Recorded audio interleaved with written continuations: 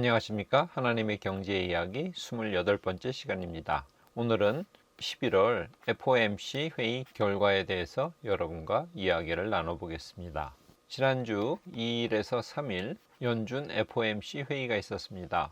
그 회의에서 자산 매입 축소 테이퍼링이죠. 테이퍼링을 실시하기로 발표했습니다. 자세한 내용을 설명드리면요. FOMC는 연방공개시장위원회입니다. 여기서 금리는 동결했고요. 그리고 11월, 12월에 150억 달러씩 자산 매입 축소, 테이퍼링을 실시하겠다고 발표를 했습니다. 그리고는 테이퍼링이 금리 정책에 직접적인 신호를 보내는 것은 아니다. 이렇게 못을 박았습니다. 즉, 테이퍼링을 한다고 자동적으로 금리 인상으로 이어질 것이라는 시장의 예측에 대해서 아니라고 단속하는 모양새를 취했습니다. 그리고는 고용시장이 회복될 때까지 금리 인상 계획은 없다고 말했습니다. 저번 회의하고 말을 바꾼 내용이 있는데요. 그것이 바로 이런 것입니다. 일시적일 것으로 예상했던 요소들에 의해 인플레이가 상승했다. 그리고 팬데믹과 경제 리오프닝 관련 수요와 공급의 불균형이 일부 섹터에서 상당한 물가 상승을 일으켰다. 이렇게 설명을 했습니다.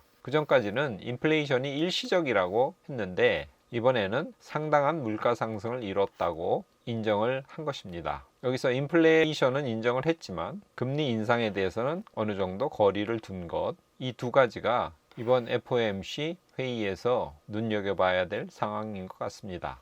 FOMC 회의 결과에 뉴욕 증시는 테이퍼링 불확실성이 제거되었다는 이유로 상승했습니다. 월가의 전문가들은 페드의 금리 인상 확률을 내년 6월이라고 점치는 사람이 64%, 그리고 내년 7월이라고 점치는 사람이 72%나 됩니다. 그러니까 대략 내년 6, 7월에 금리를 올릴 것이라고 하는 의견이 현재는 지금 다수입니다. S&P 500 주가 차트 지난주 2일, 3일 날 FOMC 회의가 있었죠. 그리고 회의 결과가 발표되면서 주가는 계속 올랐습니다. 지난주에 미국에서 있었던 또 하나 특이 상황은 뉴저지 주지사 선거가 있었습니다. 민주당이 간신히 주지사 자리를 지켰습니다. 하지만 작년 대선 때보다 지지율을 15%나 잃었습니다. 바이든의 리더십에 문제가 있는 것이 아닌가 하는 의구심이 미국 정가를 지배하고 있습니다. 우리나라 이야기인데요. 가계대출을 억제하는 일환으로 내년 초부터 DSR 규제를 강화하기로 했습니다. DSR이라는 것은 총부채 원리금 상환 비율입니다. 예를 들면 연봉 4천을 받는 직장인이 30년 만기로 대출을 받을 경우에 지금까지는 훨씬 더 많은 대출을 받았는데 내년부터는 3억까지만 대출이 가능합니다. 이런 대출 규제에 지금 서울에 아파트 사자는 사람보다 팔자는 쪽이 더 많아졌다는 기사입니다. 또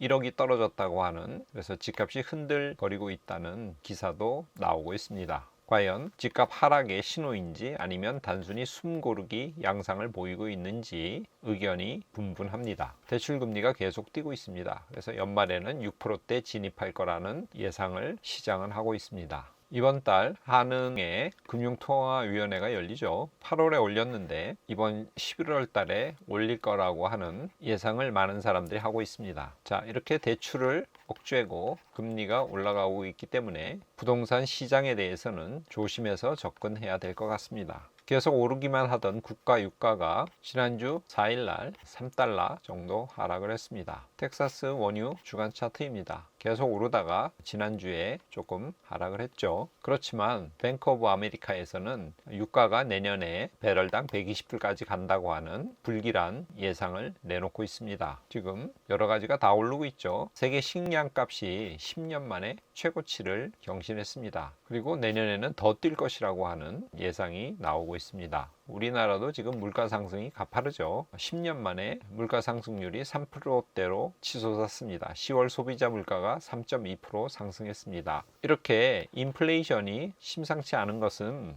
유동성이 너무 많이 풀렸기 때문에 그렇습니다. 다음 그래프를 한번 보시겠습니다. 이것은 8.15 모니통 11월 6일 날 방영된 유튜브에서 가져온 건데요. 푸른색 선은 GDP 대비 세계 주요 중앙은행에서 얼마나 많은 돈을 풀었는지에 대한 비율입니다. 2010년부터인데요. 작년 코로나 위기 때 굉장히 많이 돈을 풀어서 GDP 대비 어마어마한 비율로 중앙은행의 자산이 늘었죠. 이렇게 푸른색 그래프에 비례해서 이 검은색이 세계 주가인데요. 이 세계 주가 흐름도 거의 같은 궤적을 그리죠. 그러니까 GDP 대비 많은 돈을 중앙은행이 풀었기 때문에 거기에 따라서 세계 주가도 같이 상승하는 것입니다. 미국의 경우에 GDP 대비 부채 비율이 리먼 브러더스 사태 때는 200% 정도였는데 현재는 420%로 2배 이상 늘었습니다. 이렇게 많은 유동성이 풀렸기 때문에 지금 주가도 따라서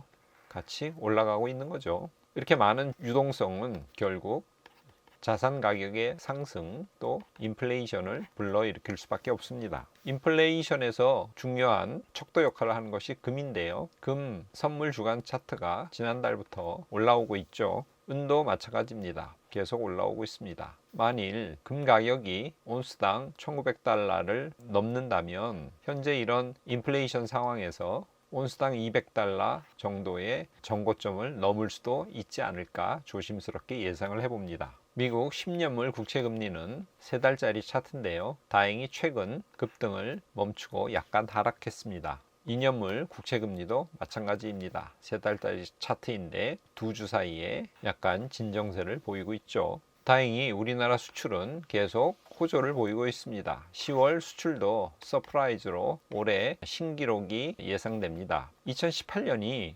연간 6,049억 달러로 역대 최고였는데 올해는 아마 그것을 경신할 것으로 예상하고 있습니다. 월별 증가율인데요. 5월 달에 45.6%를 찍고 지금 하락하다가 다시 10월 달에 전월 16.7%에서 24.5%로 증가율이 상승하고 있죠. 우리나라는 수출로 먹고 사는 나라이기 때문에 이 수출이 굉장히 중요합니다. 미국이 자산 매입 축소를 한다고 하니까 시장에 유통되는 돈이 줄어들 수밖에 없고 그러면 신흥국에 풀렸던 이 달러가 미국으로 돌아갈 수 있습니다. 그것을 긴축 발작이라고 하는데요. 그런 이유 때문에 지금 신흥국의 주식이나 경제가 별로 안 좋죠. 신흥국 지수 상승률이 거의 0% 정도밖에 되고 있지 않습니다.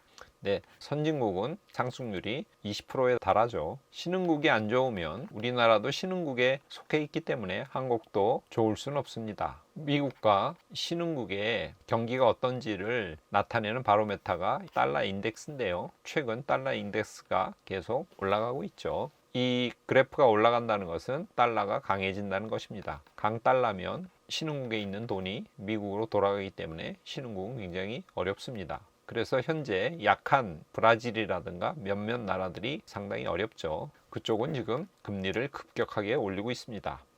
달러 인덱스가 강하다 보니까 우리나라 원화 환율은 약해지죠. 원화 환율 차트가 올라간다는 것은 우리 원화의 가격이 떨어지고 있다는 뜻입니다. 신흥국 이머징 마켓이 안 좋다 보니까 우리나라 증시도 그렇게 좋지 않죠. 10월 달에는 거래량이 굉장히 많이 줄었다는 기사입니다. 지난 6개월간 여러 나라의 주가 지수 등락률인데요. 중국이 제일 안 좋았고 한국이 뒤에서 두 번째였습니다. 코스피 주가 지난 1주간의 차트입니다. 2980 정도에서 시작해서 2969로 끝나서 0.5% 하락했습니다. 1년 우리 코스피 주가 차트인데요. 2969포인트로 연초 대비 0.8%밖에 오르지 못했습니다.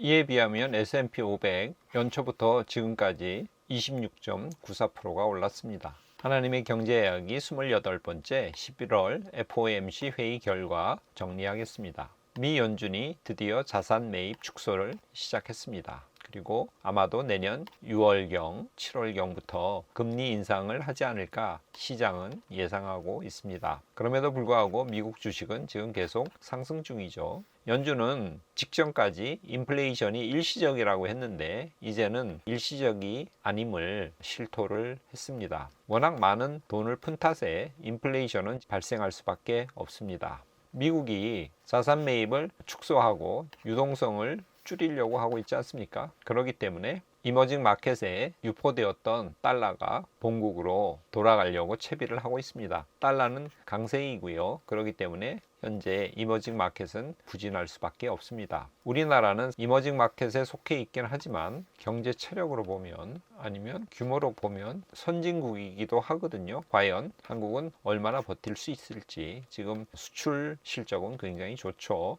현재 외국인은 우리나라 채권을 계속 구입하고 있는 중입니다. 대략 500조 원을 보유하고 있다 그래요. 그리고 한국의 외환 보유액은 6천억 달러 이상으로 굉장히 많죠. 수출 실적이 견조하고요. 그런데 가계부채가 많은 것이 약간은 문제입니다.